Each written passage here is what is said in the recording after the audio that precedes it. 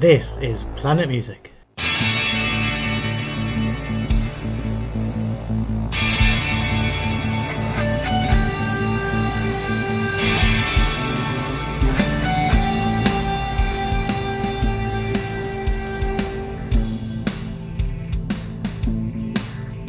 Welcome to Planet Music from the makers of Planet Marzipan. In a streaming world, we're proud to be a podcast that celebrates the art of the album. Hello and welcome to Planet Music with me, Meza. And me, Craig. And Me, Mikey. And Me, Greg. he was thinking about it there, folks, wasn't he? He always has to have a think before he says what. It takes a pause. It takes a point. What about to say your name? Yeah, my age, yeah. I was waiting for him to go me, Tars, and Eugene. That's next. Well, after last time where we did one of our imaginary compilation albums, we're back reviewing a real album, a real bona fide record this time, and we've got a couple of fellow fans of this record on. As you can see from the title of the episode, it's Keane's second album under the INC, and we welcome Dave Ibbott to the podcast. Hello. Hi, David. Welcome. Hi. And we welcome James Levey. Evening. Hello. Hello, both.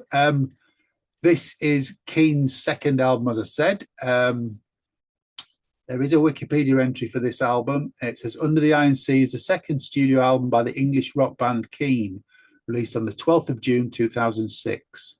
Rock band. Okay, so. During its first week on sale in the UK, the album opened at number one, selling 222,297 copies, according to figures from the official chart company. In the US, the album debuted at number 4 on the Billboard 200, selling 75,000 copies in its first week there. Since its release, the album has sold over 3 million copies worldwide, and the band describes Under the INC as a progression from hopes and fears with electronic influences and a sinister fairy tale world gone wrong. Who of us was buying this album when it came out? Me. Me, Your Honour. Me. Everybody but Gray. Everybody great. So I Everybody. loved the first album, I will say that. Okay. Well, Craig, do you get to tell your story about us frightening the band here?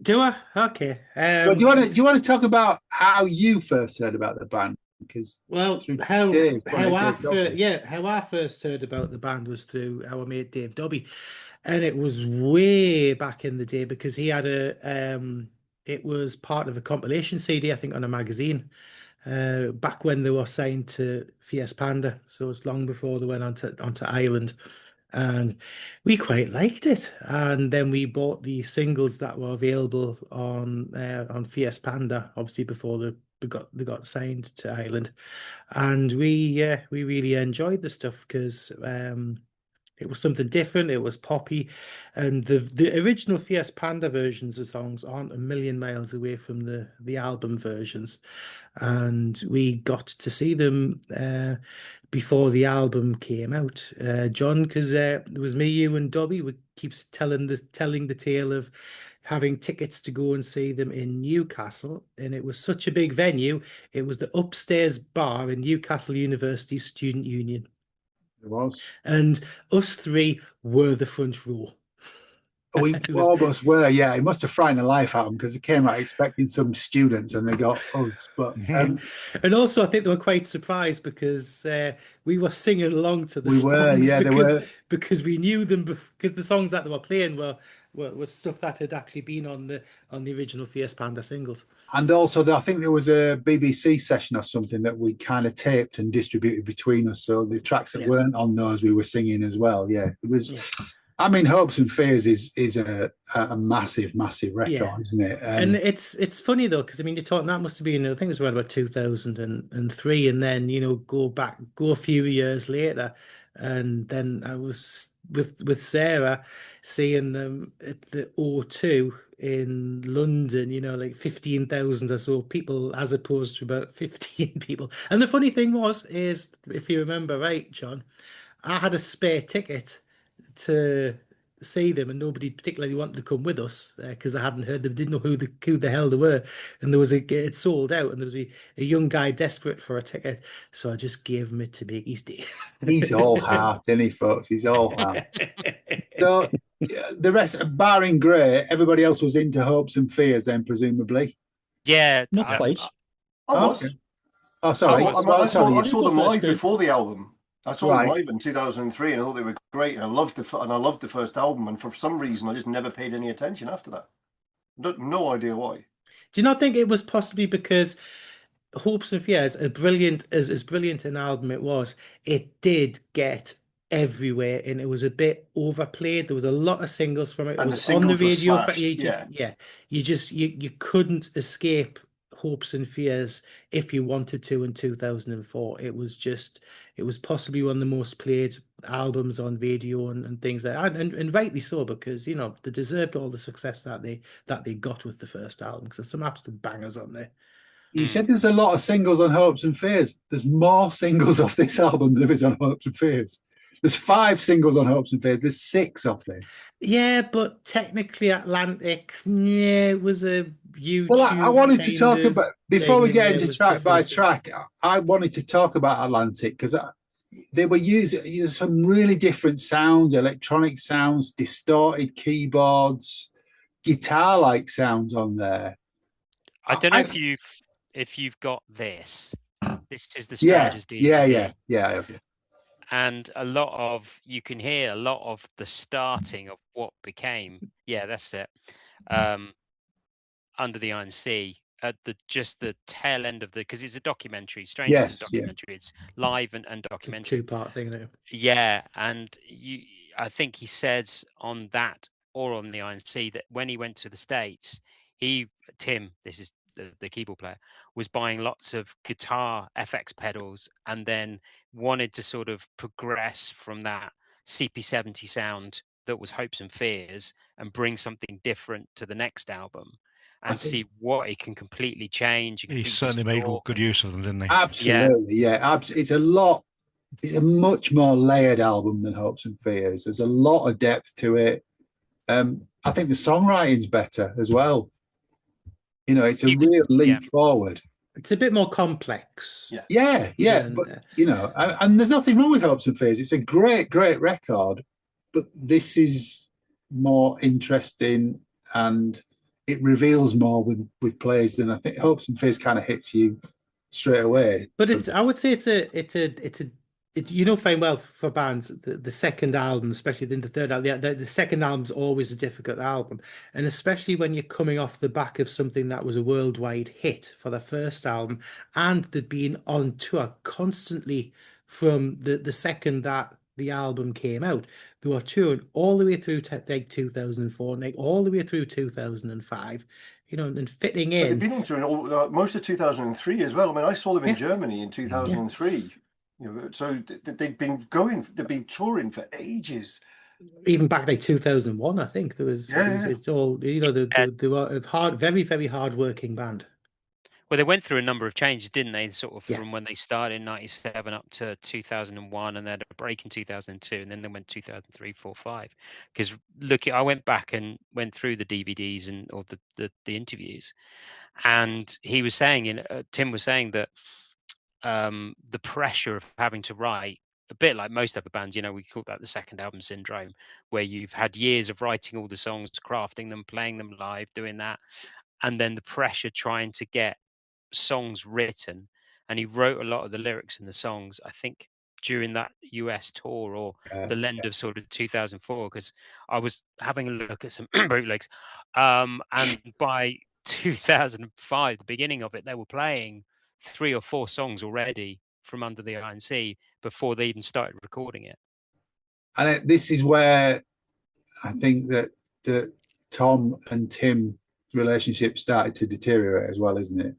Yeah, on the Strangers DVD, they are quite, especially Tim. He's quite open around.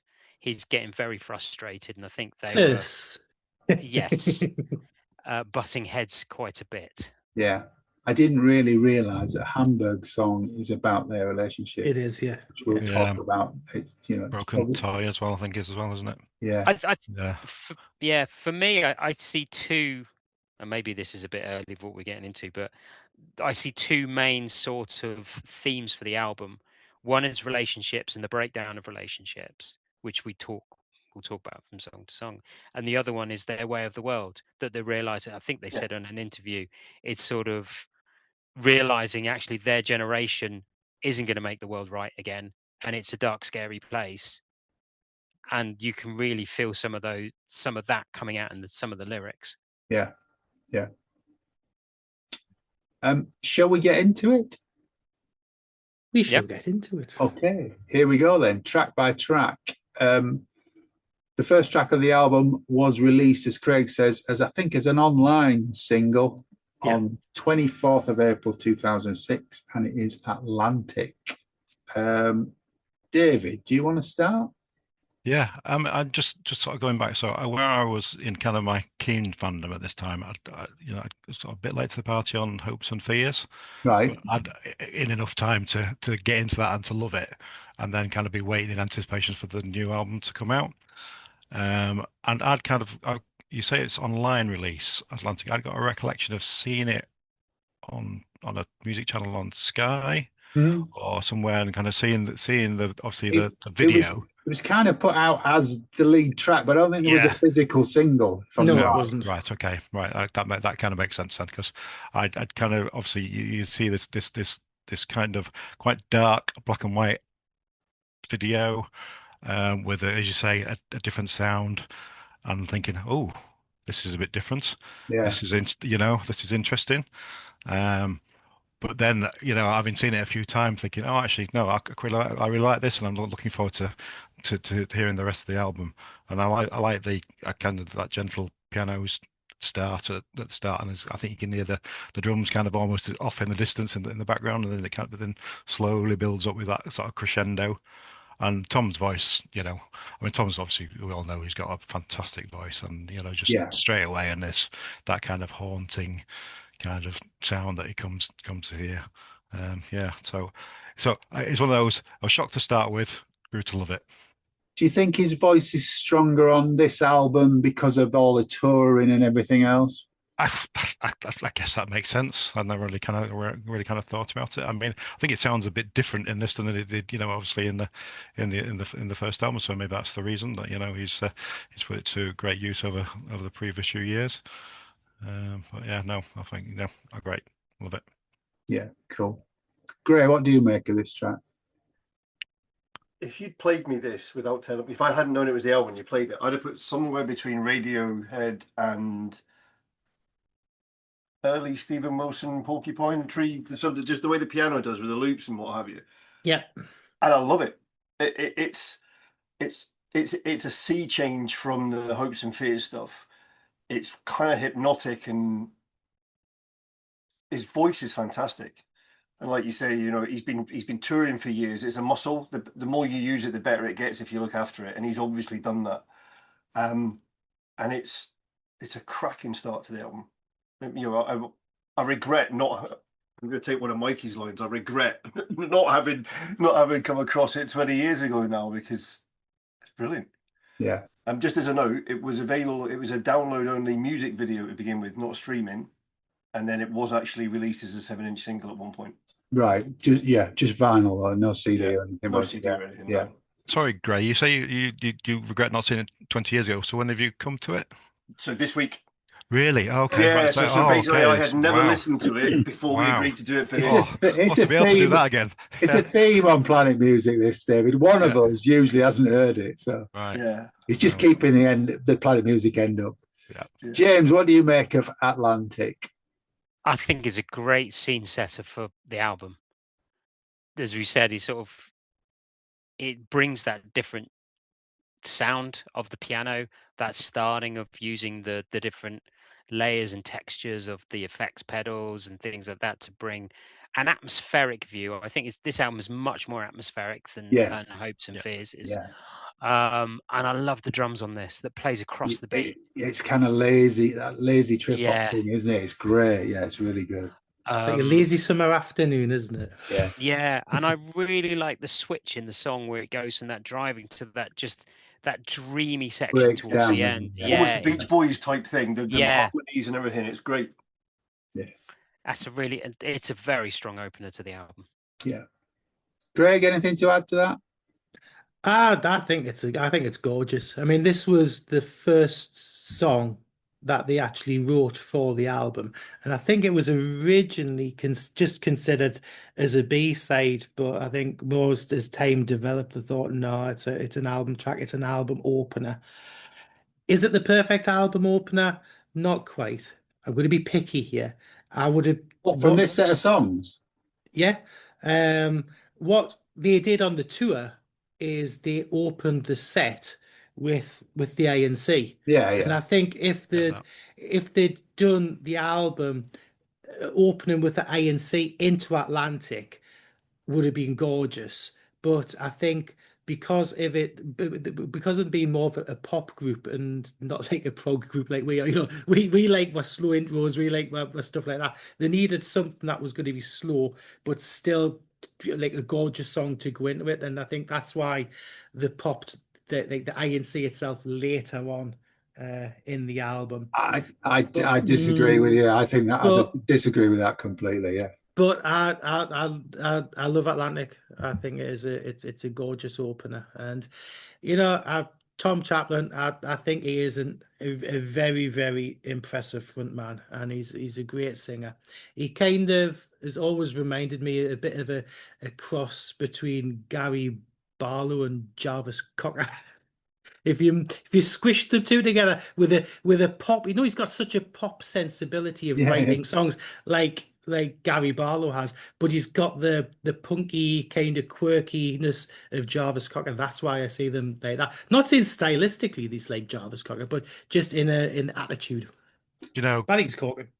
I'm absolutely delighted you've said that, Craig, because I don't know if you recall, I mean, 4 or 5 years ago, Tom Chaplin was on that horrible program on a Saturday night, Masked Singer, Yes. All right.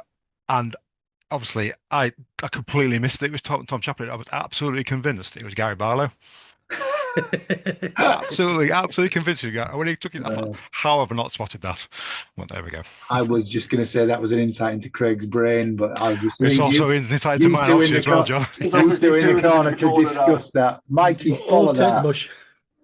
I was supposed to follow all that. That's why you put me last, isn't it? You normally have lots to say. I've got to follow you, mate. So Well, just very quickly before I go into it, it's Craig's fault that I got into this album. He'd been bagging on about Hopes and Fears for ages. He was like, you'd really like it. And I was like, not really my bag. And then he mentioned the key words, which were, Tim really likes the Pet Shop Boys, and his favorite album's Behavior. So I was like, okay, then I'll give them a chance. So I came in at the very back end of Hopes and Fears. So I picked up the singles for this album and Under the ANC when it came out. Atlantic is actually one of my favorite tracks on the album. I've got three that fight for first place, and this is one of them. Echoing what James said, that drumming just slightly off against the melody is absolutely exceptional. I think it's wonderful. Atmospheric in spades. And I love, as David said, that musical box almost piano at the start, which echoes again at the end of the album. Yeah. Absolutely beautiful. And like you have said, that drop off at the 2-minute 30 mark, it's almost like you've got two different songs, and you've got this dark, moody, sort of like almost like fearful music, and then it goes into something more hopeful towards the end. Absolutely brilliant. It hooked me in straight away, and I thought it was absolutely amazing. And just in case anybody wants to know or didn't know, the video was actually directed by Irving Welsh. Irving Welsh, yeah. Yeah, and I think it's been written elsewhere, that it's got a resemblance, vague resemblance to the movie The Seventh Seal. Ooh. Just putting that out there. There's no But nodding yeah. going on, folks. He's on his own. Get I know, He's on his own. get Klaus von Sydow in there. Max von Sydow in there. Yeah. But yeah, wonderful. Brilliant album. I've no idea what they're talking about at the moment. I'm just here to talk about the music, and I disagree with Craig, as I've already said. I don't think the INC would have been a good intro to this album. I think what Atlantic does is it clears the board of all the hopes and fears, and you know, if you're expecting more pure pop, it makes it obvious that you're really not going to get that from this record. It's as dark as the guys have said, as dark and atmospheric and opening as you can get. And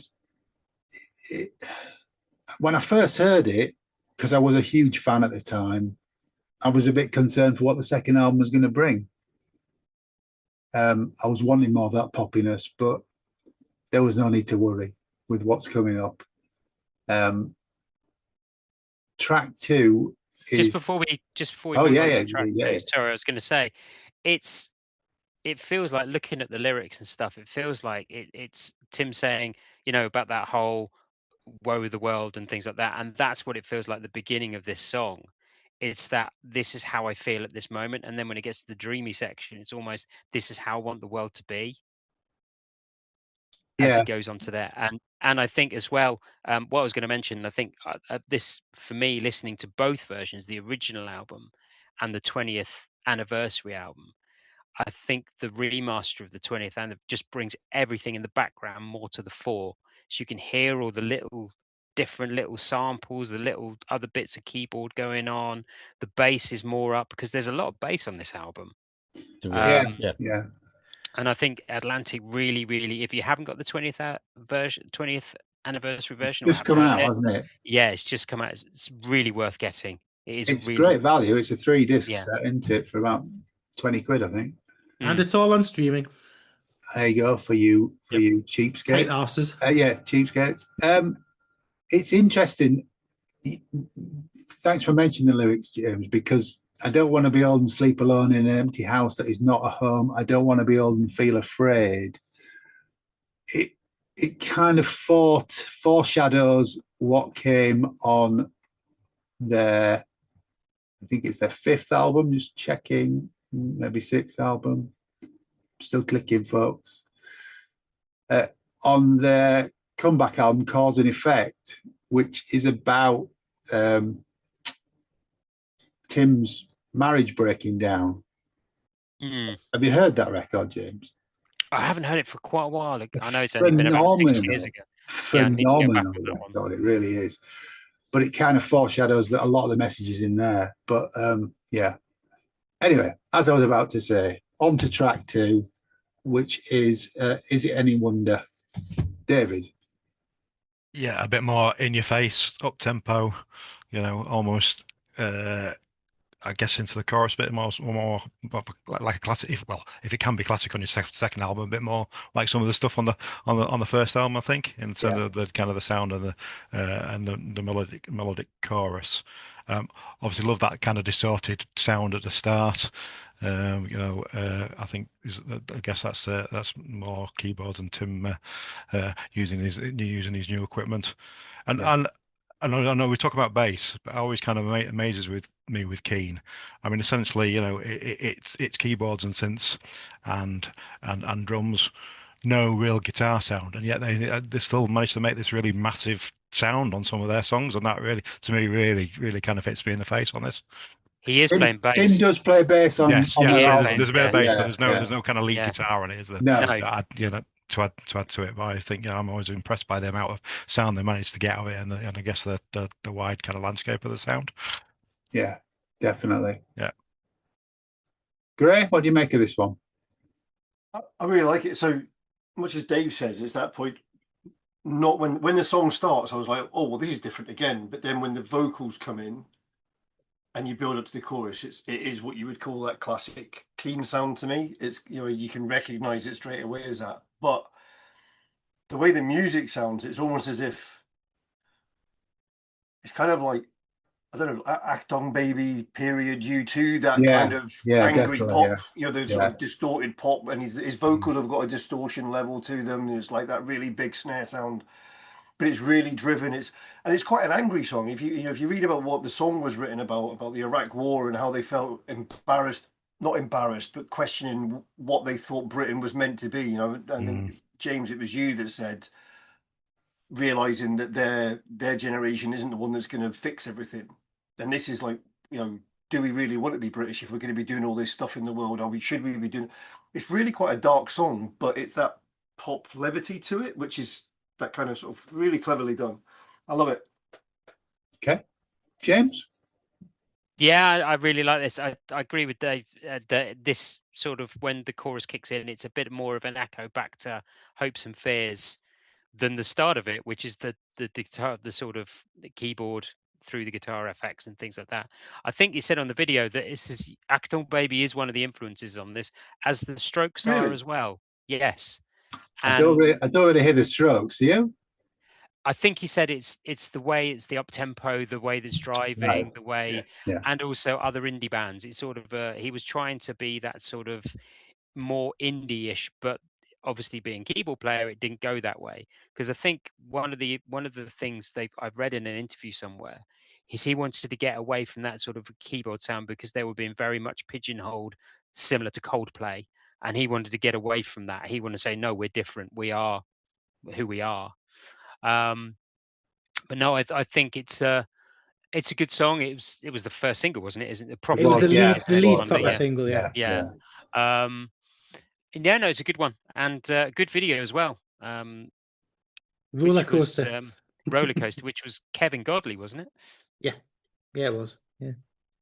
Yeah, because it was a little internal metal framed roller coaster on the video, and it was really, really clever. I'd say it's a strong, essentially lead single from the album.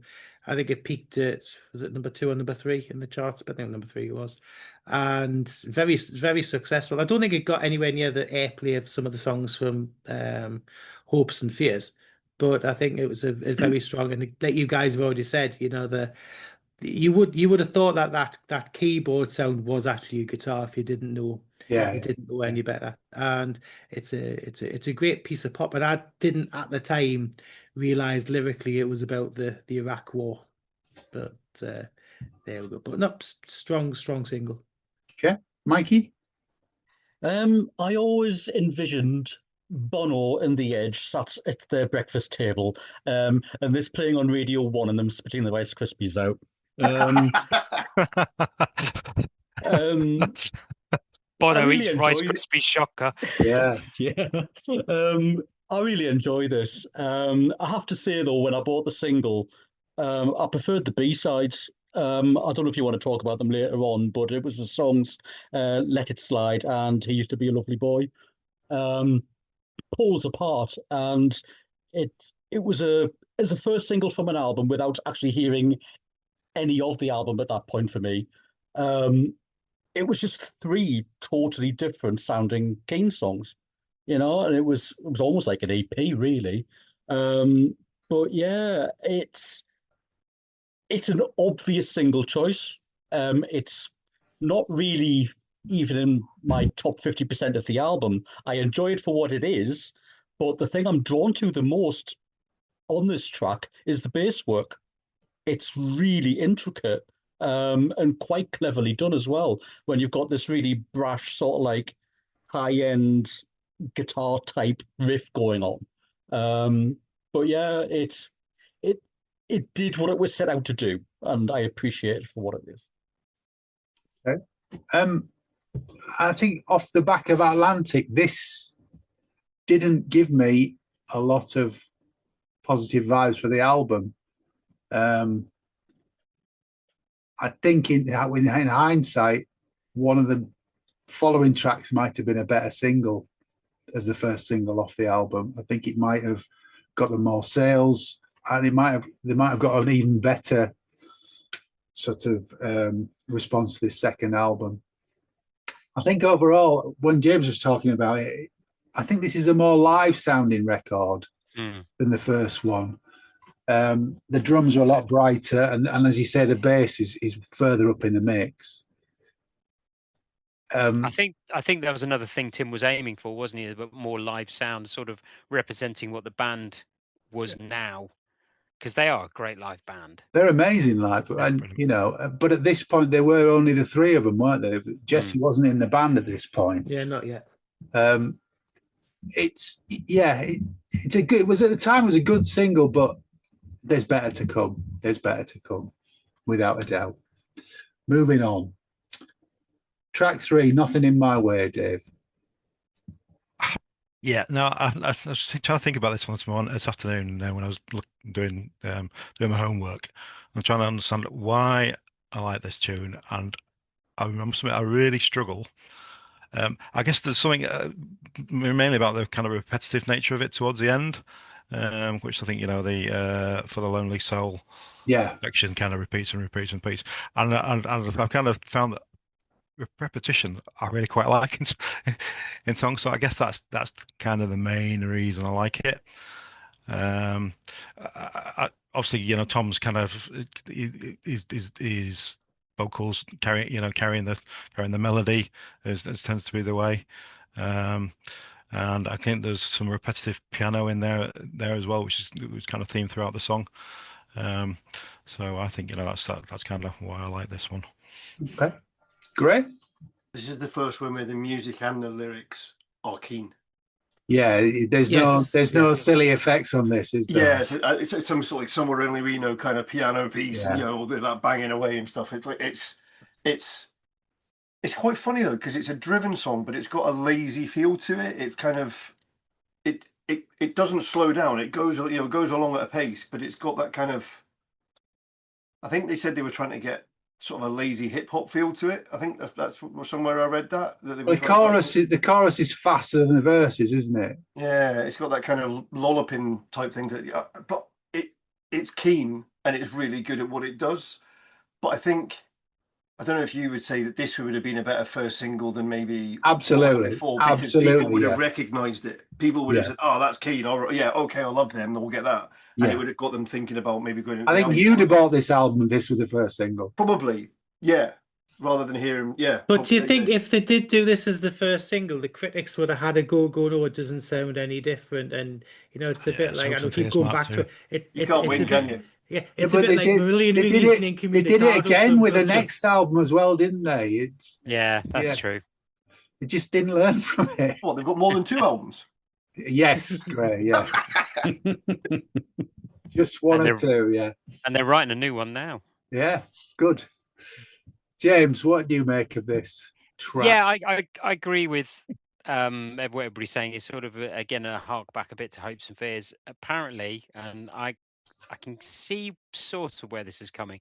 It's influenced by "Lose Yourself" by Eminem, which is an odd thing to say, but actually what Gray was saying about the lyrics wrapping themselves, where they almost like go from one sentence into the other. They're not like clipped. They sort of, and that's that rapping sort of very fast delivery. I think it was. I think it's more of the poppier side.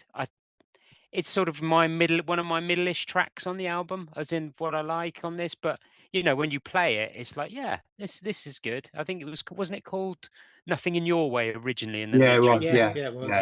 Yeah. And again, one of the they were playing it live by the end of 2004, so this was well ahead of the album sessions.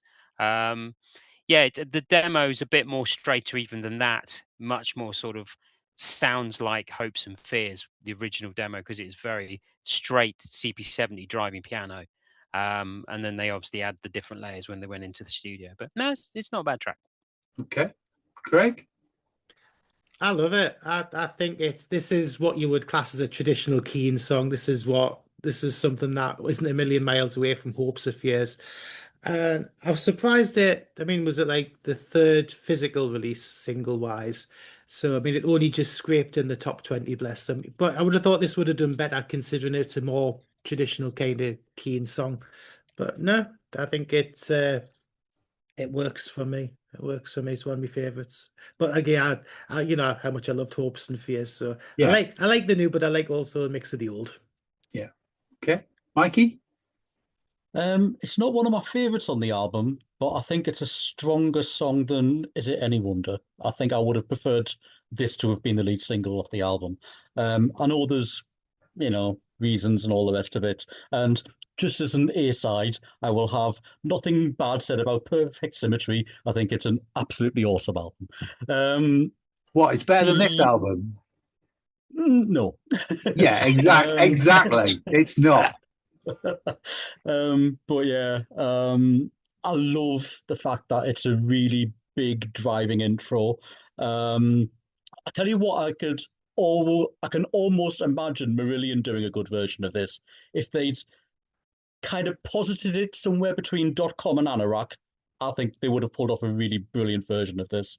And my favorite part is actually the outro. Yeah, I love It's just that. Yeah, piano and synths, and I love the tempo slow down as well. I think it's just a beautiful way to sign off the song. And just to add to Craig's thing about the charts, it was the first ever single to be released on the new USB. Ah, it was a format. USB one, wasn't it? Yeah, there was a limited Yeah. edition USB stick for that. I forgot about that. Yep. Yeah, that format lasted. no. I think, as the guys have said, this is where the album really starts for me. I think it's a great example of Keane and but it's not just hopes and fears Keane. This is the multi-layered Keane now. To make that change mid-song and then come up with for a Lonely Soul section. It just shows how their songwriting has improved and got better. I think it's great. It's really good. Yeah, I don't know what else to say. It's brilliant. It's a good showcase of Tom's voice on this one. Yeah, it should have been the first single without a doubt for me. Track 4 is Leaving So Soon. Dave. Well, I mean, if James thinks the previous one was a good showcase of Tom's voice, I think the chorus of this is just blows everything else out of the water. Yeah. I mean, it's just absolutely stunning, and it's one of those you get other people try and sing that, and I think they won't be able to. To me, I think Leaving So Soon is definitely one of my favorite tracks on the album.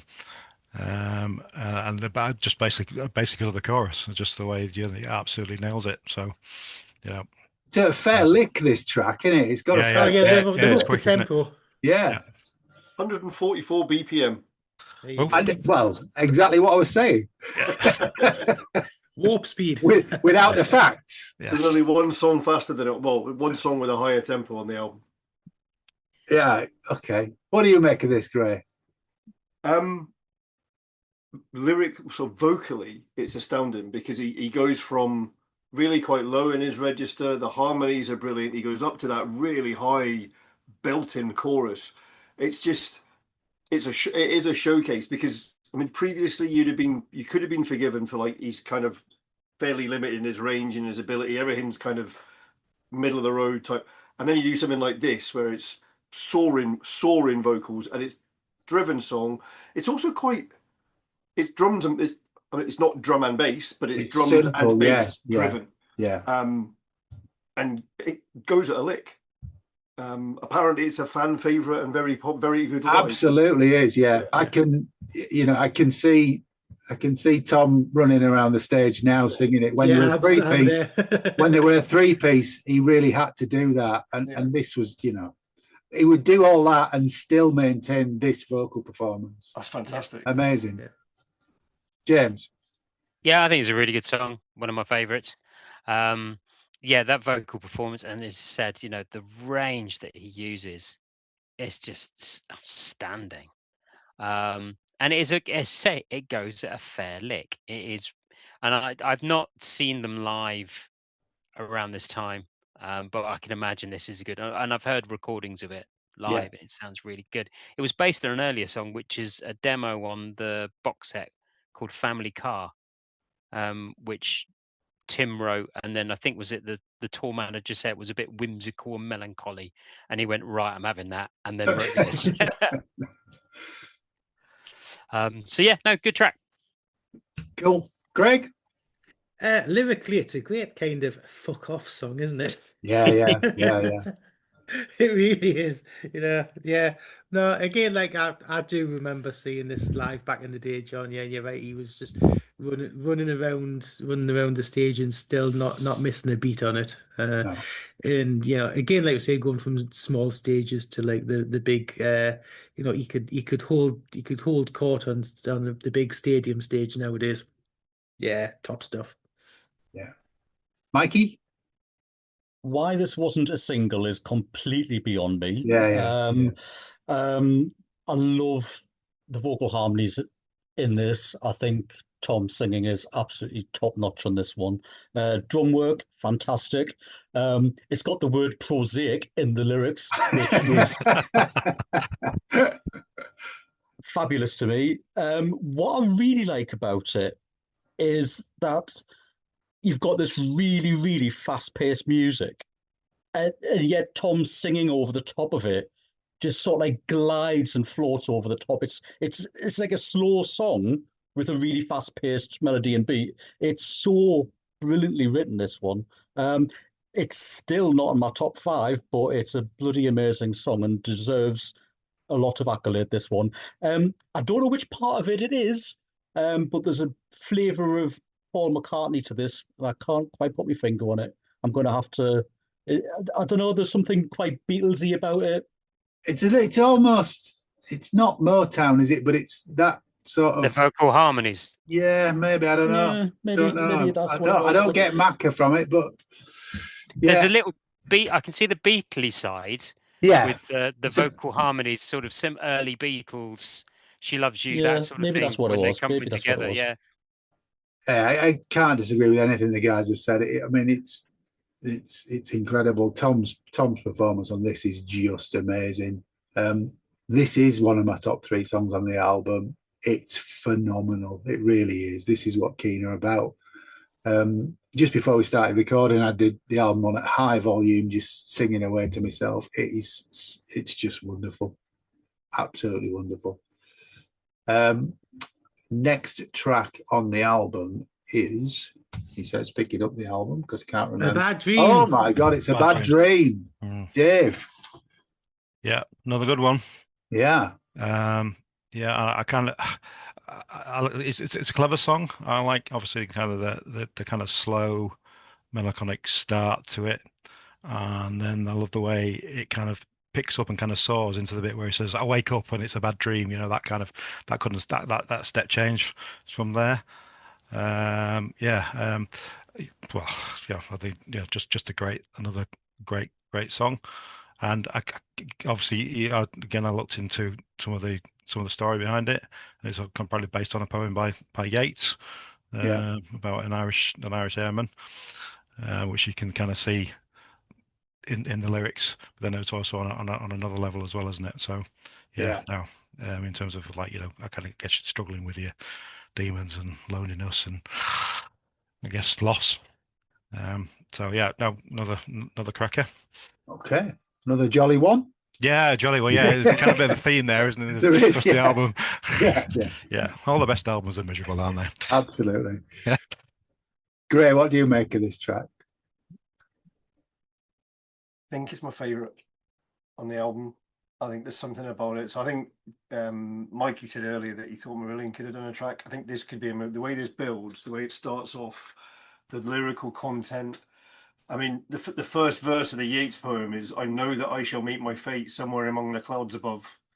Those that I fight, I do not hate. Those that I defend, those that I guard, I do not love." So you can see where the key lyrics come from. But just that sentiment of doing something that you know is right, but you don't actually support either side of what's going on, but you're stuck in this role.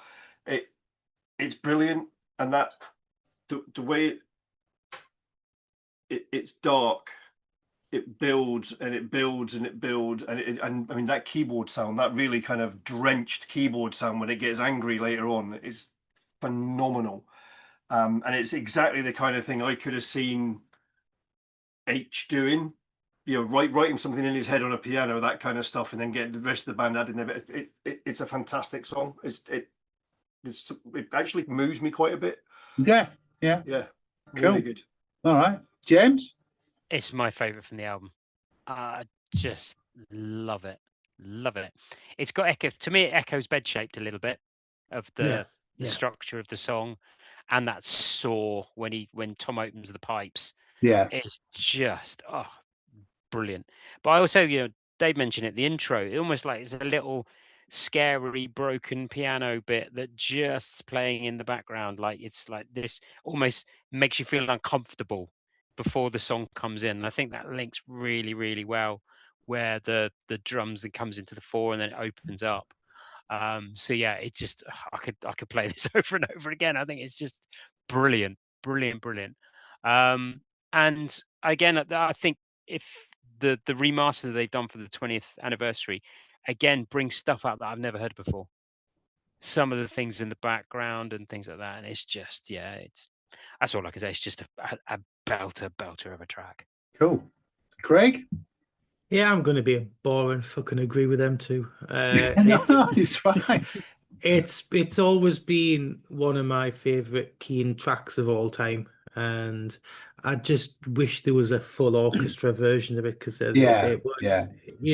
I mean, this is the one thing that I wouldn't say spoils me with Keane. The the fact that they've always written songs and the albums have been essentially written and performed how they would do them live. If you go back to like say like some like original Marillion albums and stuff was done like the 5-piece, not with lots of overdubs, not like with a big production. Keane, especially in the first couple of albums, were more like that. It was a bit more. It's the three of us, and there wasn't a lot more like around it. This song screams for something a bit bigger, but again, it's one of my favorites, and I think it's absolutely gorgeous. It's haunting, it's melancholic, it does move you, and I agree with the other guys. It's just absolutely outstanding. And again, it was a single, didn't do particularly well, but it deserved better because it's gorgeous. Cool. Mikey? They shouldn't have cut a minute out of it for the single versions of what they shouldn't have done. They should have just left it be. This is vying for top position as my favourite song on the album. It's to echo what's been said before. As Craig said, it has got this most beautiful, haunting opening. And I agree with what James says, that piano work is beautiful. The percussion on it has been done almost like a ticking clock. It just gives you this foreboding sense. It's almost uncomfortable, but it's beautiful at the same time. I adore the bridge, the synth work behind it on the Where Do We Go? I Don't Even Know section. Absolutely sublime. The instrumental break at the 2-minute 50 mark just blows me away every time I hear it. It is really, really moving. And in perfect Keane style, another absolutely gorgeous outro. It's just really genius songwriting. Perfect. Yeah, I can't disagree with any of that. I think there's some slightly more tasteful use of the new effects that he's found on this track. A bit less in your face and more sort of blended in with the overall sound of the thing. And they work far better for me in the second half of the song. It's a great chorus and another fantastic performance from Tom. But I'm leading up to the next song on the album. Sorry, John, can I just jump in there before I go on to the next one? Yes. Can't talk about the next one though. Yes. Yes, sorry. No, I was just gonna say, Mikey was earlier talking about B-sides. Yeah, is this the one with Enjoy the Silence? No, this is the one with She Sells Sanctuary on there. Oh, the Cult. Yeah. Which is, I mean, that is just absolutely brilliant. And to replace the guitar sound from the beginning of the Cult version and then playing it on the piano is just, fantastic. It's really good, good version. That is on Planet Music's Volume 1 cover versions. Oh, is it? Apologise. No, you're right to bring it up. You're right to bring it up. You're absolutely right. It's a fantastic version. It's brilliant. Yeah, absolutely love it.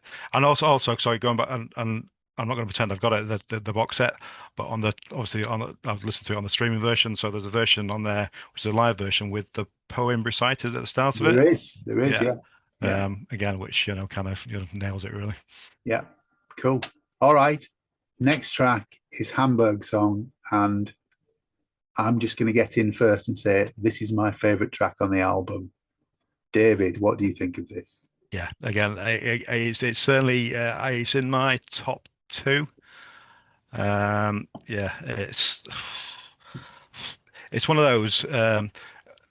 Obviously, it's all about the lyrics for me, and the way Tom delivers it in that kind of same level throughout the entire song. So he keeps that consistent vocal level. He doesn't go for the, it doesn't soar at any point, but it doesn't, there's no great crescendo with it.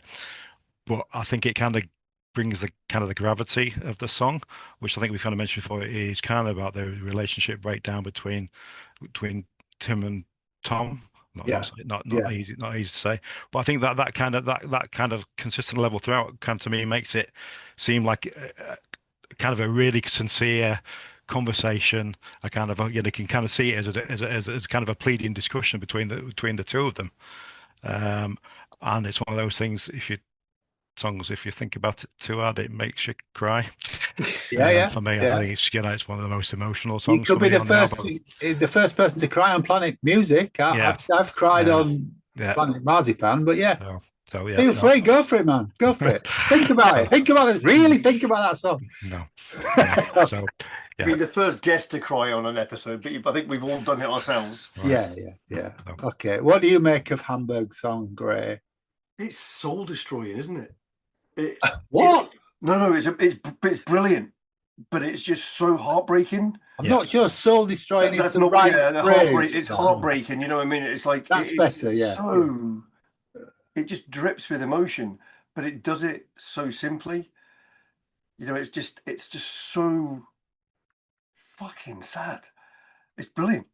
It is absolutely brilliant. I think if I hadn't heard A Bad Dream first, this would have been my favorite song on the album. But there's something about A Bad Dream which just nips it for me. But this is it's ridiculous. Okay, James. Yeah, I really like this. I love the sequencing of the album. To have A Bad Dream, which is really big, really expansive, heartbreaking song, and then just bringing the almost, what's the word, claustrophobicness of this little song not being, I mean, musically compared to A Bad Dream, but it just catches it right.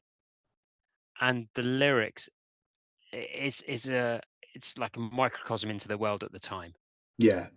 And they've said, there's on the Keane Facebook posts, they've gone back over the songs and talking about it. And he says it's more of a when they sing it now, because of what's gone on and their relationship's much better and everything, it's almost a sentimental song, and rather than at the time, he must, when he delivered the lyrics, Tim to Tom, and look at it, he must go, I know. Kudos for him to singing it, Yeah, absolutely. That gets me every time. I mean, you write a song like that and they go, "Oh, I want you to sing this." Yeah. And you think, what? I mean, do you not think it's a time-honored tradition of the likes of Fleetwood Mac and I was ABBA about to say exactly that. yes. Yeah, it's Fleetwood Mac all over, isn't it? And there's a couple of ABBA songs as well, to mention ABBA as well. So where it's that kind of thing, isn't it? But yeah. To write a song and then get the other party to then sing it. It's just a great song. I think the demo was more sort of straightforward, and I like that dreamy quality they brought into it with such a deep lyric to it. But no, it's a great song. Yeah. Craig? Yeah, I agree completely with the guys. It's heartbreaking, but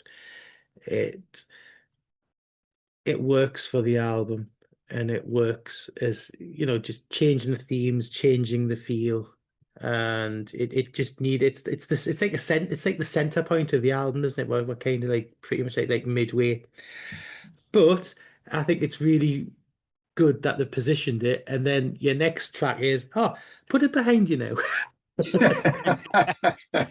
Yeah, fair point. Yeah, And it's like, you know, we've gone through all this. We're having the conversation, we're having the talk, you know, we're all hurt, we're going to heal. Now put it behind you. Yeah. Okay. Mikey? Today, this is my favorite song on the album. It does have to fight with A Bad Dream regularly, but today it's my favorite. There's a few things I need to say about it because I'm going to get upset now. When I was a kid, I had a keyboard, and it was one of these like table jobs, and it had like a bellows thing on the side, so that when you hit the chords, it used air to pull through, so you got that sort of harmonium sound to it. Yeah. And it just every time I hear this song, I am thrown back to 10-year-old me with these little headphones on, listening to his god awful piano playing. And David must have read my notes because there's two references to ABBA that I'm going to make here. The first one is obviously Tim making Tom sing these lyrics is no different to Bjorn making Agneta sing some of the most heartbreaking songs in their catalogue. I love the fact that you've got this like harmonium church organ-y kind of sound to the first verse, and then you get an electric piano comes in on the second verse, which just gives the melody more depth. And then at like the 3-minute mark, you've got one of the most heartbreaking melodies over the top of that. It's the slowest piano solo you'll hear. Yeah, but this was my second ABBA reference because I think they can write some absolutely haunting melodies as well, and it just cuts me in half. It really does. It's just an absolutely beautiful, outstanding track. Like I say, today it's my favorite. I think it's absolutely wonderful. Yeah. As I said, it's my favorite track on the album. It's as raw as it gets, really. And I think because of the arrangement, it makes it so much better. Everything else has got bells and whistles and everything going on, and this is just that harmonium and that voice for half the song, and then some real piano comes in. I think there's barely any drums on it at all. There's a couple of sort of cymbal crashes, and that's about a few rides towards the end. Yeah, it's not until the third verse that the percussion comes in. It's just so beautifully led.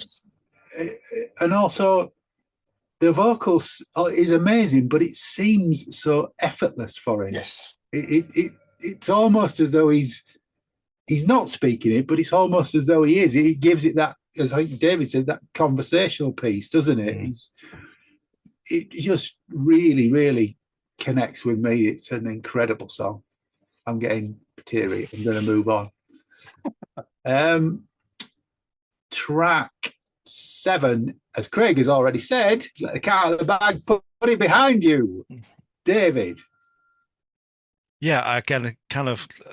So I guess to a degree, the kind of a follow-on is the beyond the relationship, isn't it? The relationship's done now, and kind of we're moving on, and it's kind of it's got a sense of encouragement, just kind of get on with your life. I love, it's another up tempo tune. Again, there's more of the kind of the raw, distorted sound, which is obviously not, it doesn't sound as polished as the stuff of Hopes and Fears, which I like. Another good track, but it's not up there in my top 2 or 3 on this album. Gray? If Muse used keyboards instead of guitars. Seriously, yeah. The way he delivers it vocally, you can hear him breathing. But so you've said the previous song was effortless. This one, he's putting so much effort into it in a good way. He's not struggling. It's just you can hear it. It's like an angry delivery, and his breathing is that, and it is Matt Bellamy, and the way the music is structured, it is very that kind of pomp, and it's pomp pop. It's really, really strong, really upbeat, really angry, and brilliantly delivered. Okay. James? This was, if I'm right, this was the one that was started by Richard, the drummer. Yeah, the drummer. Yeah. Who wrote from his girlfriend or something. Yeah, the breakup of their relationship. For me, I think maybe because of the sequence in the album, this is where I think it breaks down a little bit, because after the two, Bad Dream and Hamburg Song, yes, this is a bit of a palate cleanser, but I think it's not as, it sort of breaks down a little bit. Should have flipped this with Under the Iron Sea for me. Yeah. Yeah, and for me, it lessens its effect, and it's not one of my favorites from the album. Again, if it was somewhere else, maybe it would be, but it's a good song nonetheless. But it's not up there with some of the others. Okay, Craig. Yeah, it's a bit up-tempo pop rock. Fits with the album theme. It does give it, a bit of light and shade. This is a bit more upbeat rather than some of the slower songs that we've had. It's mid-table for me. Okay. But some Mikey? nice bits of keyboards later on in it. It sounds different, but I like it. But it's not great. All right, Mikey. It's probably my least favorite track on the album, in all fairness. It's a bit by the numbers, it's a bit four on the floor. I mean, to echo Graham, my notes say the Jam meets Coldplay meets Muse. The piano sounds good, the bass is really good, the bass work on it. I don't agree that the Iron Sea should have followed Hamburg Song. Me personally, there was a B-side on Crystal Ball called Maybe I Can Change, which I think is criminally left off this album, and I think it would have been perfect in this slot. Okay. Well, as I've already said, I do think that the Iron Sea should have followed Hamburg Song because I think it would give it a more natural arc. I think this harks back to one of the other tracks. Is it Leaving So Soon or Nothing in My Way? It's more live Keane. Again, listening to it back, I can see Tom running around the stage again. It's not a bad track. It's just not up to the level of some of the other tracks on the album. Yeah, but it's a great song. The title track is next because this is the order they put it in. So it's The Iron Sea. Dave. Yeah, what do you say? Dark, haunting, atmospheric, foreboding. Obviously instrumental. I can imagine myself kind of stood by a windswept coast, kind of listening to this, and watching the waves crash. At Whitby. Well, anywhere with a seaside. Anywhere with fish and chips. Yeah, absolutely. It's kind of got that feel to it, and to me, it serves as a great intro into what's to come on the next track. Yeah. Okay. Gray. Did they open sets with this? Yeah. Yes. Yeah. Because it is basically just an intro to Crystal Ball, isn't it? But the way it works. It is dark and foreboding. It is the kind of thing you can imagine, waves crashing up against the rocks and all that kind of stuff. It serves a purpose. I don't think it's anything spectacular, but I think it serves a purpose. Yeah. Okay. James? I'd have had this as the outro to the album. Okay. Because you have the intro of Atlantic, of that sea, that sort of building swelling and thing, and this one is almost the sea going out. And then it finishes with that drone. Yeah, with that drone at the end of the album. Yeah. So for me, that's where I would have put it. I can understand why, because it's, Crystal Ball has Under the Iron Sea lyric to it, but this one just feels like a bit of an outro. But I really enjoy it. I think this is one of the first things he wrote, wasn't it, for the album? This sort of sets the scene to it. But yeah, that's the only change I would have had it. I'd have had it at the end. Okay. Craig? Yeah, I think James is quite well. Yeah, if I couldn't have it at the front, I'd have it at the back. You just want it everywhere, don't you? You want the Iron Sea everywhere. I mean, I think it's a lovely little bit, a lovely little piece of music. I think it's also there's a couple of like chord progressions in it that are a little bit pseudo Silkamono. There's just a little bit of it in there. Little bit of it in there. There is. You could do a little mashup between the two. I think he's serious. I think he just says it to get a reaction, and he always does. He always does. My job here is to. I want to live in Craig's world. I do not want to live in Craig's world. No, not his musical world. No. Mikey. Excellent. Mikey. I think this is absolutely wonderful. It's definitely in my top 4 or 5 on the album. Um, Absolutely gorgeous textures, beautiful choral effects, which I have noticed more on the remaster of the album than I did on the original. The bass work is relentless through this track, and it's again more noticeable on the remaster. Um, it kind of has a flavor of organization era OMD for me. I think his love of like 80s synth work is prevalent in this.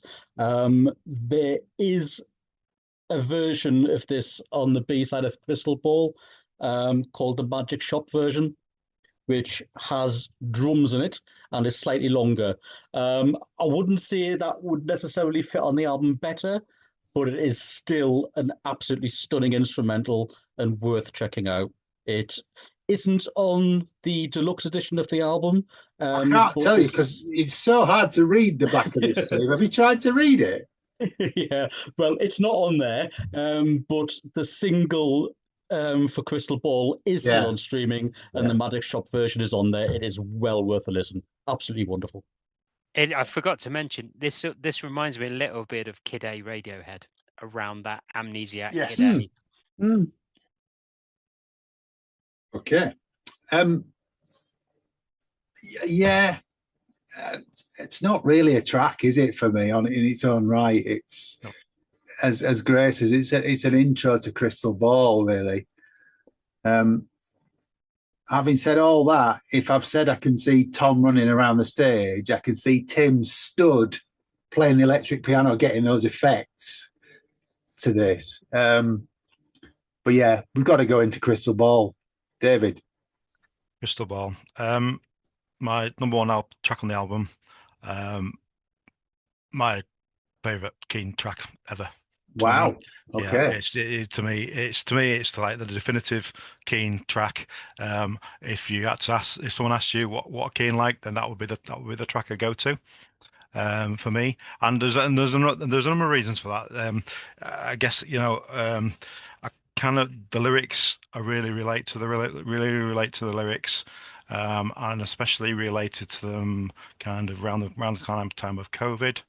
That kind of sense of I guess kind of life going on, and almost like to me it's almost like an out of body experience. Like life's happening, you're not part of it. It's not what you want to be. It's not who you think you are.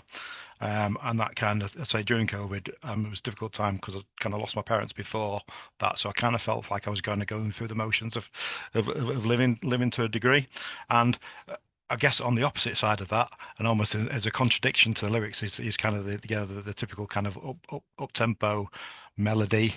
And after COVID, one of my favourite Keane memories is one of the first shows that Kath and I went to was Keane at Scarborough Open Air Theatre. Oh yeah, chucked it down, didn't it? Well, I was about to say it's one of those days. It's middle of August. We're travelling over to Scarborough. There's a little bit of light rain, and we kind of sat in the open air theatre. And you can see this dark cloud coming over, and in my memory, I mean, it might not necessarily be true. It's almost like the minute they came on stage, the heavens open kind of thing.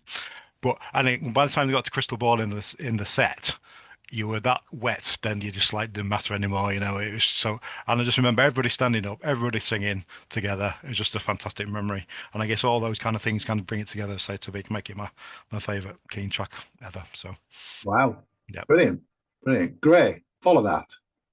I'm not sure I can, to be honest. You can.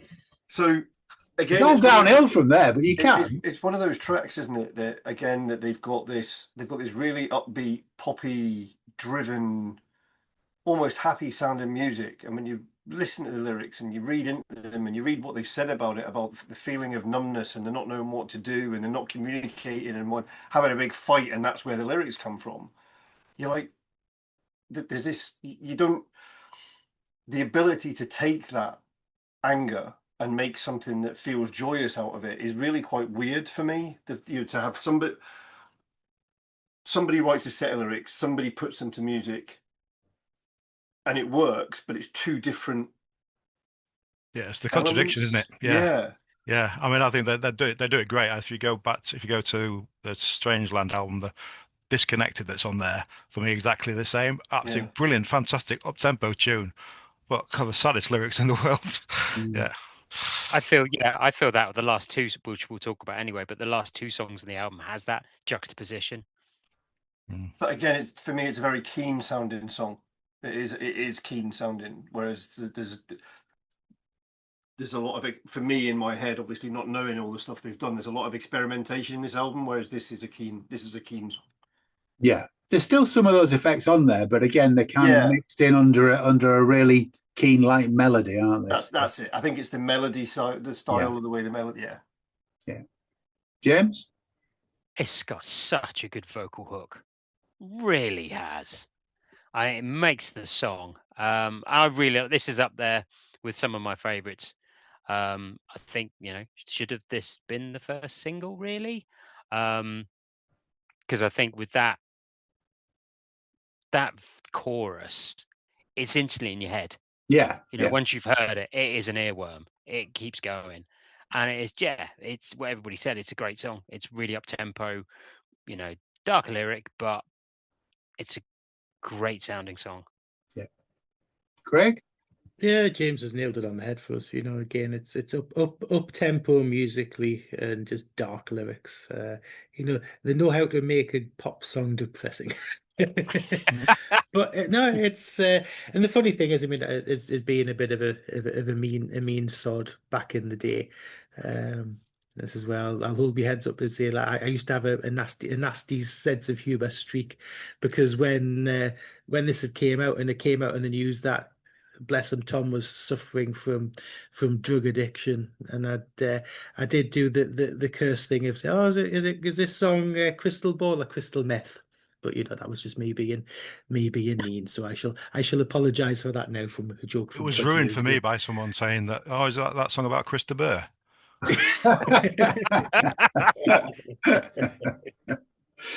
Mikey, get us back on track. David's read my notes again.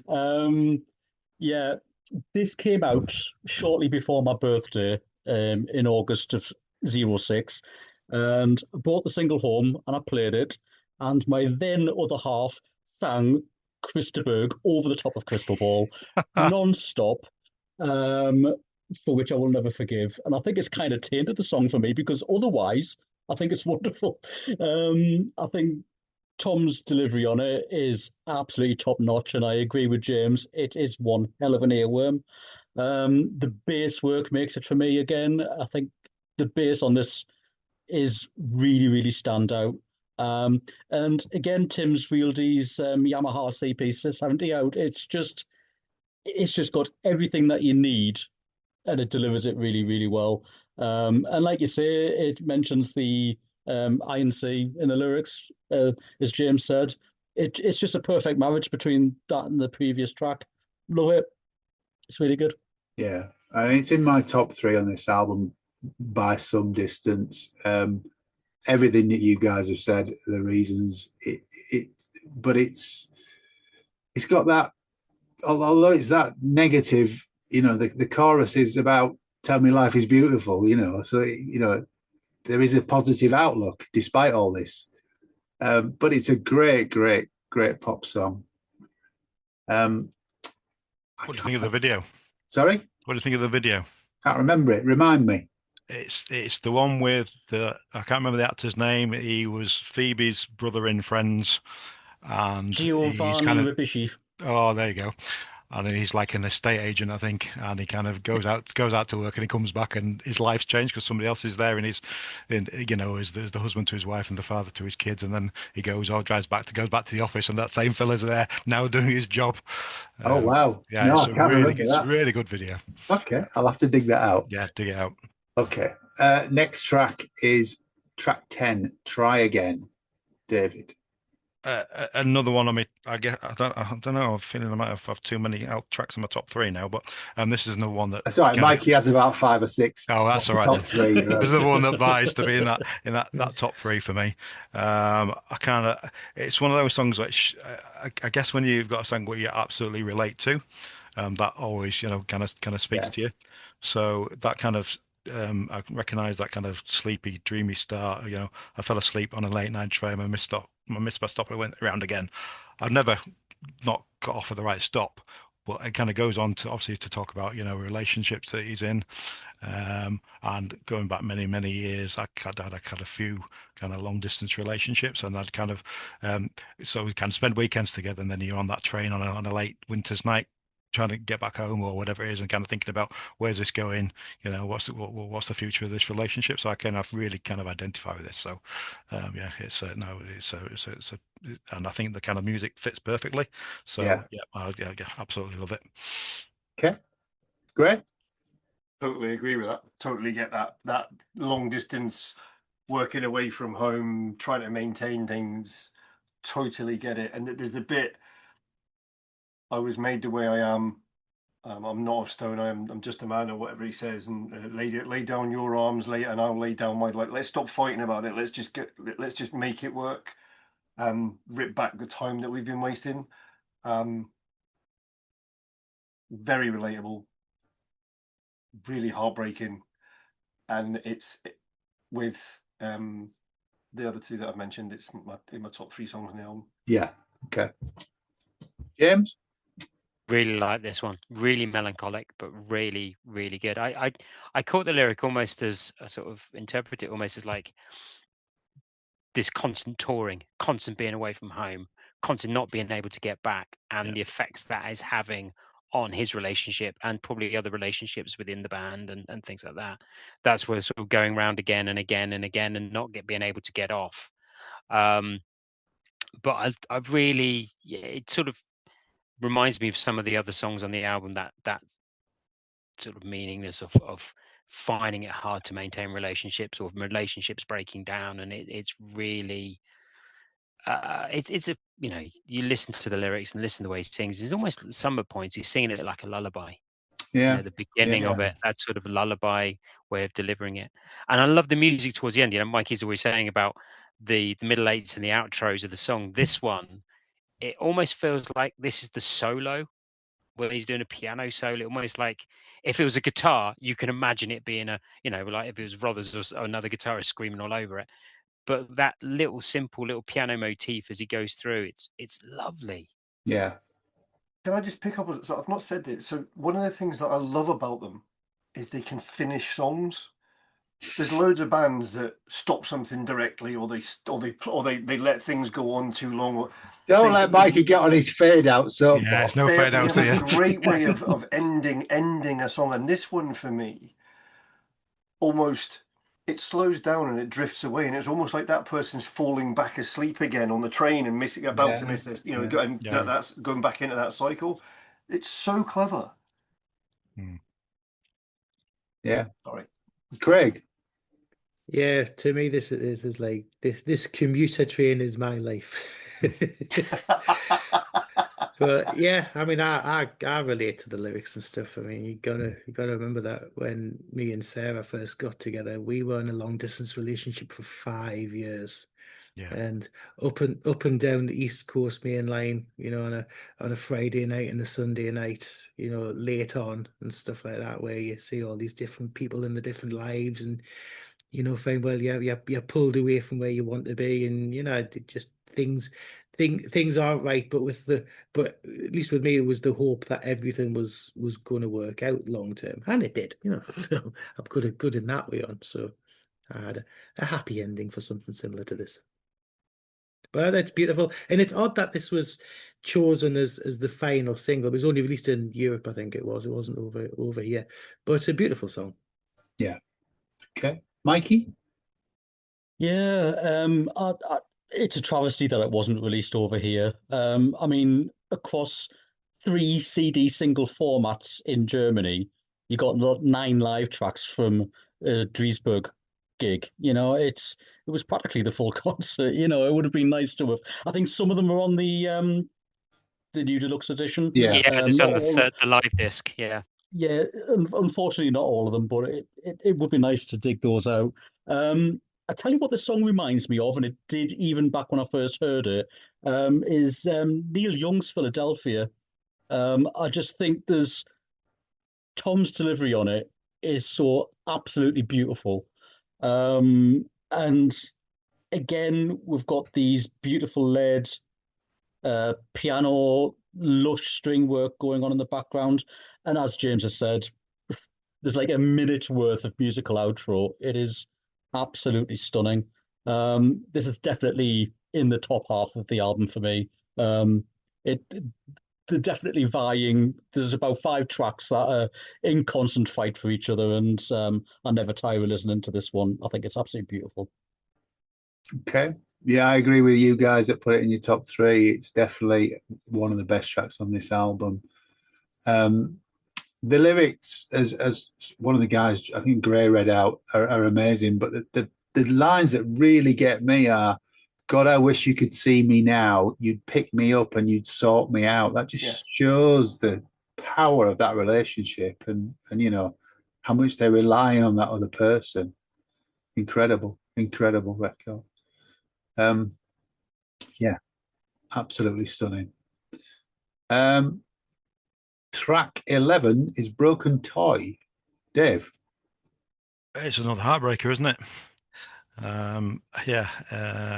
I can't. There's a few bits in this musically that I love.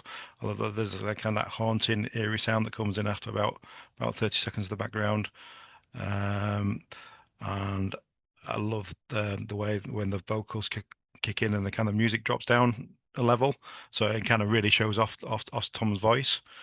And there's some of the kind of, I guess, the desperation and the frustration in the lyrics. Again, it's a bit more of a like we said before, it's a Tim writes it and then makes Tom sing it kind of song. Yeah. And you can really kind of see Tom's kind of, I guess, desperation there. This chap that he's known since he was a lad, and the real that kind of real disconnect is kind of, I guess, the relationship was breaking down during the demands of touring and what have you. And I can kind of one of those. All right, Dave. Another one of those. You think about it too hard. Stick with us, mate. Stick with us. Just start reciting the City team. You're all right. Yes. Gray, what do you make of Broken Toy? I'm assuming this is about the relationship between Tim and Tom, this one, isn't it? Yeah. This is, I take it that's what it's about. It's about that kind of, because they were struggling at this point and it was about the effort that was going into it. I love the composition of it because it starts off with that kind of swing, and then you get the first verse delivered over just a rhythm. There's no real, and it sounds as if it doesn't fit with what has just been. The intro, it doesn't fit with that at all. It doesn't. The intro's always a bit jazzy, isn't it? The intro's a bit jazzy, but then you get the kind of first few lines of the chorus, and you get the, I guess I'm a toy that's broken, and the last line. And then when the next verse starts, it's actually sung over that jazzy bit, and it does fit, and it's the way it's, and you're like, how the hell have they done that? Because the two bits don't sound as if they match. So this is one of the most complex and sort of intelligent songs, I think, on the album. But again, they don't have to write some fucking melancholic lyrics. Jesus. It's not a Saturday night record, is it? It's not a Saturday night record. Well, it depends on your Saturday night, doesn't it? Well, yeah, true. Yeah. Too many whiskies. Yeah. Brilliant song. Okay. James? Yeah, not much more to add on that one. It is what people have said already.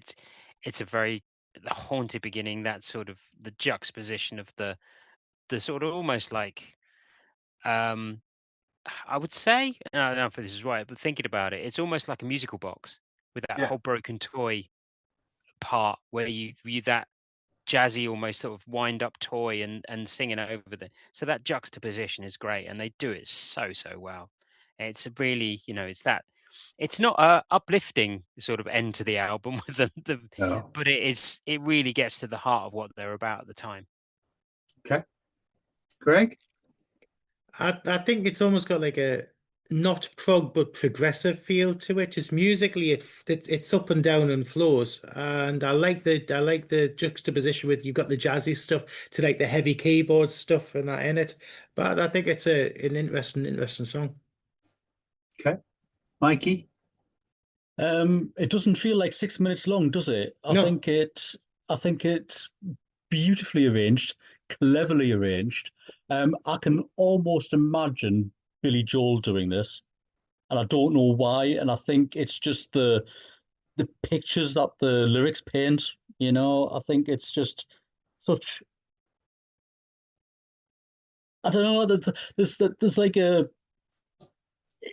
the repeating lines where you've got the I guess I'm a record that you're tired of. I guess we're just older now. I guess I'm a toy that is broken. I guess we're just older now. There's something about it. There's like that like lived through it all sense, you know? And for such a young lads to be, you know, having this like weight of the world on the shoulders song is just absolute genius. I mean, Tim Tim puts Tom through the ringer. I don't know how he delivers it. I really don't. Such a clever song. I get where Craig's coming from. I do call this, in inverted commas, the prog one, but it's not prog. It really No, isn't. it's not. It's more. It's more to do with but structurally, the siren sound, yes, vocals and things and stuff, and the up and down it's got. I think this song, if you look at the album cover and the end of this song, this is where they fit perfectly. yeah. I kind of half wish that this was the last song on the album. Yeah, I felt that as well. If Is the it? INC wasn't at the end, It's the sci-fi track on the album, isn't it? No. I'm sorry. It feels a little B-side-ish to me. After what's come before, I don't think it's of the same standard. Sorry to sort of throw that in, but I wonder if that's because of the stop-start nature of it, the way it plays I mean, something and it drops and then plays of all of us, I'm gonna love the prog track, but this ain't prog. Yeah, it's not quite fully formed for me. This, sorry. No need to apologise. Well, you know, just Everyone's different to you entitled to an guys. opinion. I know, everyone's got one. Last track of the album, Frog Prince. Dave. Yeah, so when you were talking about the last song, Broken Toy being the hoped it would be the last song on the album. I thought it would be better the last song on the album. I would have to agree because Frog Prince is the song I struggle with the most on the album. It doesn't really do a great deal for me. There's a few bits in it that I like. That kind of fairy tale musically box bit at the start and also at the end as in the outro. Again, Tom, delivers a solid performance. But other than that, and I've kind of read into what it's about, and I think some of this. I think it's about from what I've read, them kind of been slated in the music press, specifically by some of their peers, which is obviously always a sad thing. But yeah, it doesn't speak to me, especially this song. So yeah, I would. I guess I'd prefer it to be a B-side. Okay. Yeah. You nick my phrase for last track, yeah. That's fine. Great. I really like this. And I get what you're saying about the previous song not perhaps fitting. And I think it might have worked better if they'd been reversed. I'm not sure. I'll maybe try it, but I love the imagery in the lyrics in this. And the way it's a story lyric and it's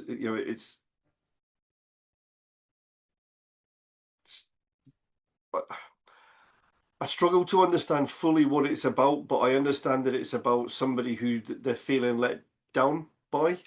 Yeah. And they're saying, look, just let it go. We know what you're capable of. Make the most of it. I think it's in the wrong place on the album for me to be a contender for being really good.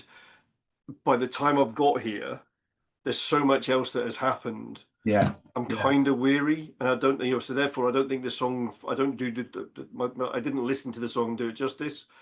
I just listened to it again, and it's far better this time. I've listened to it in isolation, so maybe just positioning the album quite often happens, doesn't it? Yeah. James. Yeah, I totally agree with that. I think it's in its wrong place at the end of the album. I think it's not one of my favorites. Again, I like the juxtaposition with the music and the dark lyric. And I think I read somewhere this again is another one that's influenced by Achtung Baby and Rufus Wainwright. I would have probably had another track like Let It Slide, maybe not being on the album instead of this one, or some of the other B-sides, as Mikey said earlier. There's some really good B-sides. But yeah, you've been through the emotional ringer when you've listened to the album, and this one just, as I say, it's not up to the same mark as the rest, and it just leaves wrong taste at the end of the album. Yeah. How long is the album? 50 minutes or so. Yeah. 50. Yeah. Yeah. Right. Feels a lot longer. Probably 2 tracks too long, isn't it? But Yeah, that's that. I thought that. I thought like a perfect Keane album really needs to be about the 45-minute length. Not to say that anything outweighs it, and obviously they're quite prolific. 'Cause there's quite a lot of B-sides and things and stuff like that. But I'm going to agree with James and Graham. This feels like a mid-album track, or even potentially a B-side. I think lyrically, is it still on the album because they've kept it in to try and keep the dark fairy tale theme? So you've got all the fairy tale kind of like imagery in with the Frog Prince idea, as it being kept in for that. Looking at it, is it a little bit of a thing of like, oh, we're expected to be this, but we're not? I don't know. I haven't really delved into the lyrics that much. There's nothing wrong with the song. It's not a bad song. It's not an album closer though. It's not, considering what's on here and the quality of some of the songs on here. And saying, I'm not saying that it's bad, but I mean, as a plus, I do like the little piano outro tinkly. Yeah, it's nice. Yeah, The musical box. That fits with it. But I say there's nothing wrong with the song at all. It's just not an album closer, and it doesn't 100% fit with the rest of the album. But I'm not going to say it's awful. Okay, Mikey. It's not awful, but you could take it off the album for me. This and Put It Behind You just don't cut it for me when it's held up against the rest of the album, unfortunately.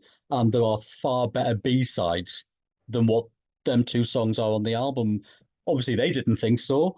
Again, echoing what James said, I love the juxtaposition of the music and the lyrics.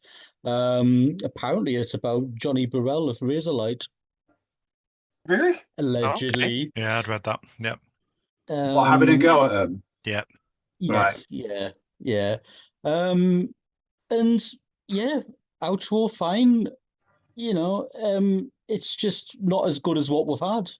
That's the problem.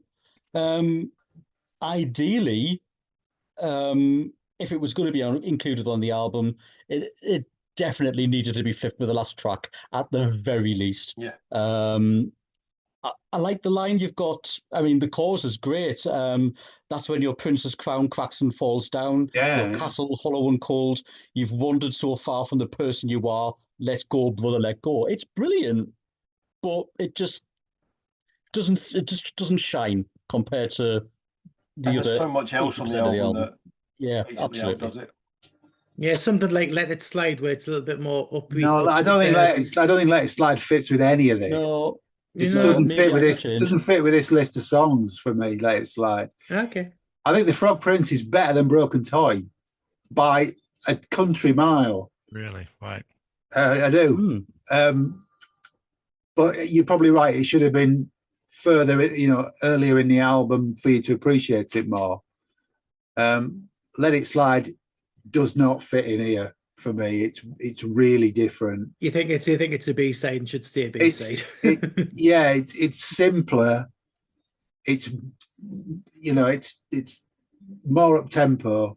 It's also harking back to the previous sound. It's a little bit, It's a little bit hopes and fears, yeah. But again, I agree with you guys. Frog Prince is not the way to finish the album, aside from the musical box thing at the end. But so that's the 12-track album. Do you want to rattle through a few B-sides and then we'll draw the podcast to a close? No, I'll revise them. I haven't really, but James, you mentioned Let It Slide. I quite like Let It Slide. I think it's a nice up-tempo number. I think, yeah, I'm thinking about it when it would have sat in the album. There's another 4 of them, isn't there, Mikey? I think. What was the other Yeah, ones? maybe I Can Change is my favorite, and like I said earlier, for me it should have been on the album. I think it's absolutely wonderful. Thin Air, Thin Air's equally good. good. I like Thin Air. He Used to Be a Lovely Boy is a beautiful ballad. And there's another Tim only instrumental called Tidarian. Again, very OMD kind of sounding. Yeah, it's a very electronica type stuff, isn't it? Yeah, but Maybe I Can Change is by far for me the standout B-side that really should have been on the album. And I implore people to go and listen to it. It But is they're all amazing. of those tracks are on the new deluxe, aren't they? So Yeah. They are, yes. they are. Yeah.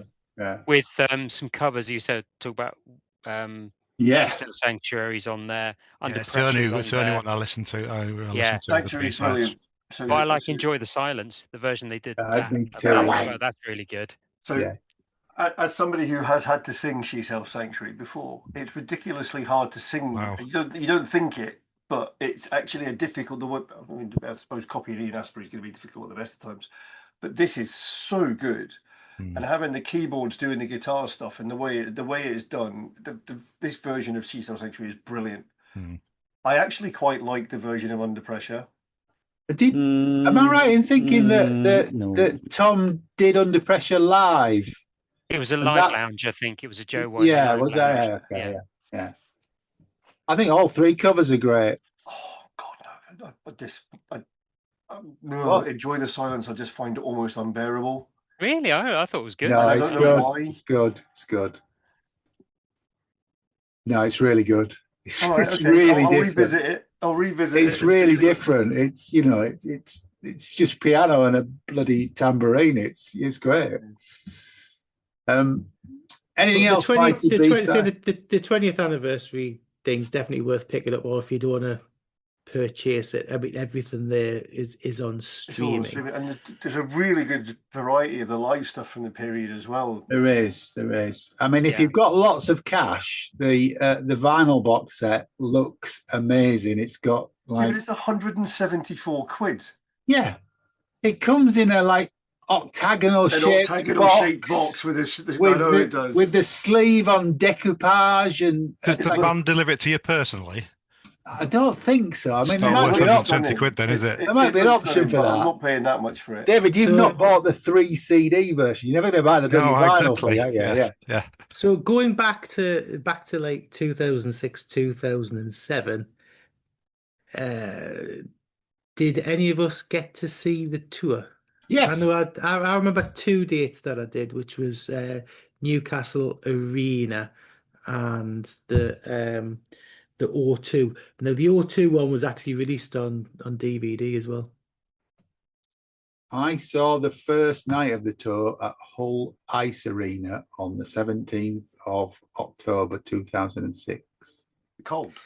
I think And Newcastle wasn't till was it the March 2007? Yeah, Newcastle's not in this leg. October and November hasn't got it. Due to Tom's issues, they pushed it back because he went into rehab.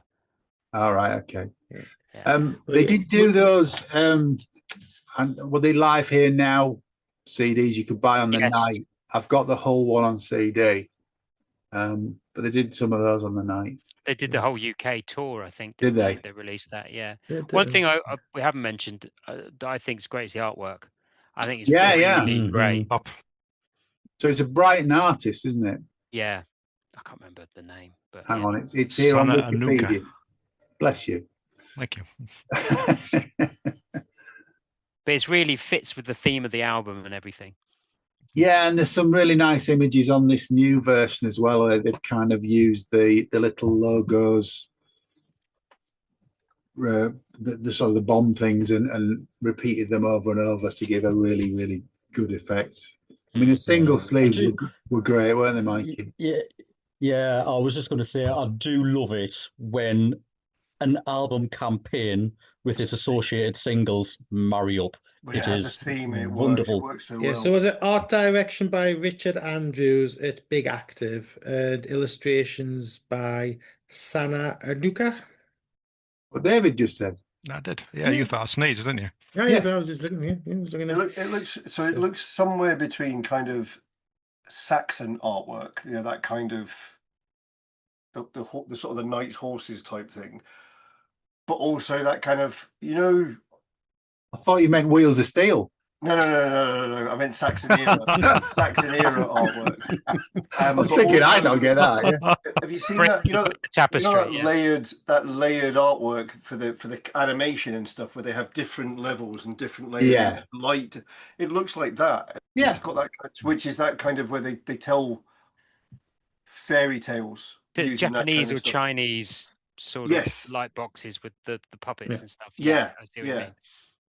Which I suppose ties in with the theme of them wanting to do the sort of the dark fairy tale type thing. Yeah. The artwork's fantastic. It's really quite striking. Yeah, it was a great campaign. It really was. And as Mikey said, sort of, USB singles and, 7-inch singles and then a mix of CD versions. There were lots of different options. They knew how to sort of get your cash out, so. But it was back in the mid noughties where they were still pushing physical release, and you had all your your different formats and different mixes, and also pushing the downloads at the same time. Well, the original that's it. I album mean- came with a CD DVD version, didn't it? Yes, it was a storybook edition. Yeah. Yeah. With some demos and live tracks on the DVD, and Recording under the INC, short film set to an extended version of Atlantic. Is It Any Wonder video, making the video of Is It Any Wonder, had works in progress as well. Yeah, for the whole but album, they've I got think, live. There's live tracks in those. Yeah, some lives and demos together and that. But that came out on the original first week of release, wasn't it? Yeah. And like I say, in 2007, there was the DVD of live in the O2 Arena, which has got a cracking set list on it. Do you want to give it out? Do you want to list it? Yeah, go for it.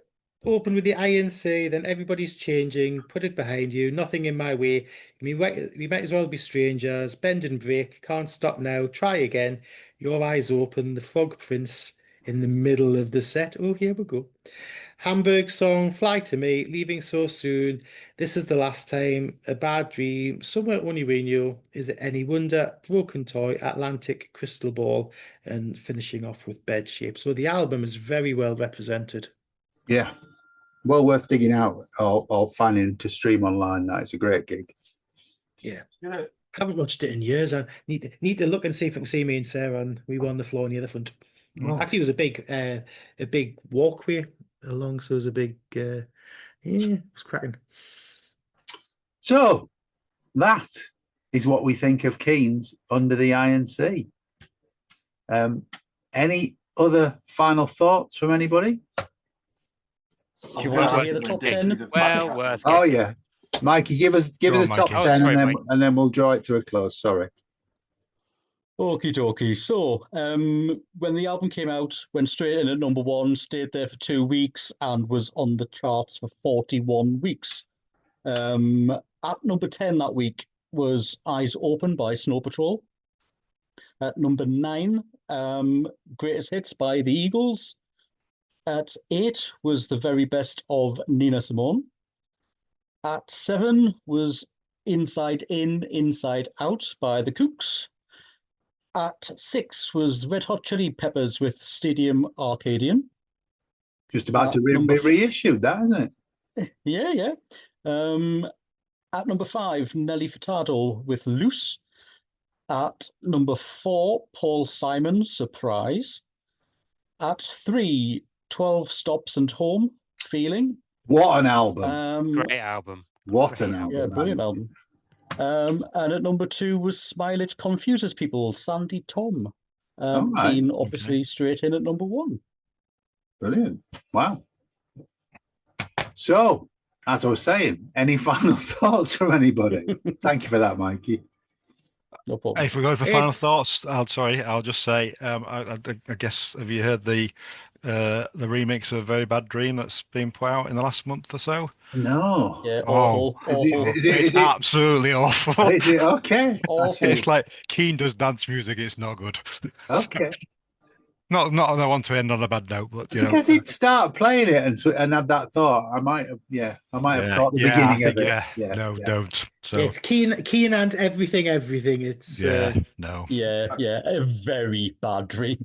Yes, Okay. yes, absolutely. What a bombshell to end the episode on. It is. All that remains to be said is thank you to our guest, David Ibbott. Good night. Thank you, David. And thank you, James Levey. Pleasure. Thanks, guys. And thanks to the usual gang. Thank you, Great Enick. Thank you very much. Thank you, mate. Thank you, Mikey K. Thank you kindly. Thank you, mate. And thank you, Craig Houston. Have I got to go and wash my ears out now? There's no hope for you, mate. Don't worry about it. Why are you brushing dental? Yeah. Ouch. It's good night from me. And it's good night from him. Take care. And one of our guests can finish this off. Stay alive. Yay!